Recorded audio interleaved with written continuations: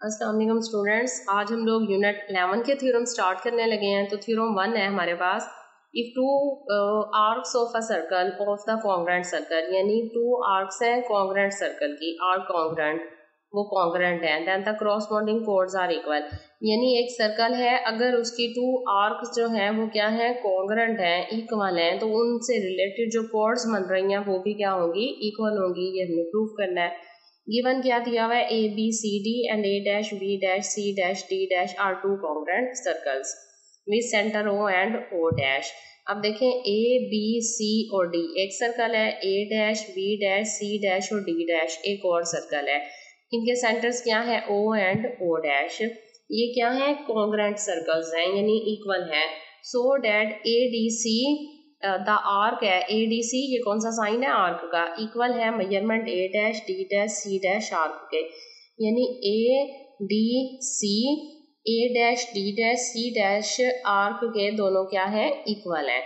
अब ये इक्वल है क्योंकि इनके क्या है, सर्कल से इक्वल है। तो प्रूफ हमने ये करना है कि मेजरमेंट ए सी इक्वल है measurement A dash C dash, यानी ए सी इक्वल है ए डैश सी डैश के। ये क्या है, दोनों सर्कल्स के कोड्स हैं।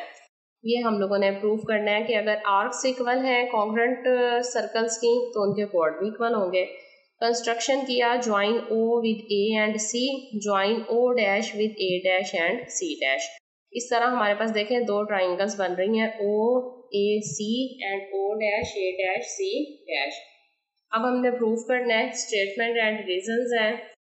देखें, if two equal circles A, B, C, D and A dash, B dash, C dash, D dash with center O and O dash respectively, के दो हमारे पास सर्कल हैं A, B, C, D, A dash, B dash, C dash, D dash, ये क्या है, equal है और इनके सेंटर्स क्या हैं, O और O dash है।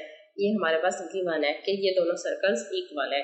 अब measurement A, D, C arc equal है measurement A dash, D dash, C dash arc के, ये भी हमें गिवन है। ये सर्कल्स इक्वल है, इनकी आर्क्स भी इक्वल है, A D C A dash D dash C dash के इक्वल है, ये गिवन है। Measure angle A O C equal है measure angle A dash O dash C dash के। ये central angle subtended by the equal arc of a equal circles. अब देखें, angle A O C, O central angle है इसलिए O centre में आया है। इसी तरह measure angle A dash O dash C dash, ओ और ओ डैश दोनों सेंट्रल एंगल्स हैं। तो यहाँ रीजन बताई जा रही है कि सेंट्रल एंगल्स इक्वल होते हैं किन आर्क्स के, जो कि इक्वल आर्क्स होती हैं सर्कल में। अब हम लोग क्रॉसपोंडेंस लेते हैं दोनों ट्राइंगल्स की। Now triangle A O C correspondence triangle A dash O dash C dash, A O C A dash O dash और सी डैश क्रॉसपोंडेंस ली। मेजरमेंट ओ ए इक्वल है measurement O dash A dash के, क्योंकि radius of the equal circles हैं। ये circles equal हैं size में, देखें तो इसका मतलब है कि इनके रेडियाई भी इक्वल होंगे, रेडियस दोनों के इक्वल होंगे, लिहाजा ओ ए इक्वल है ओ डैश ए डैश के। रीजन क्या है, radii of the equal circles. इसी तरह measure angle A O C equal है measure angle A dash O dash C dash, already proved.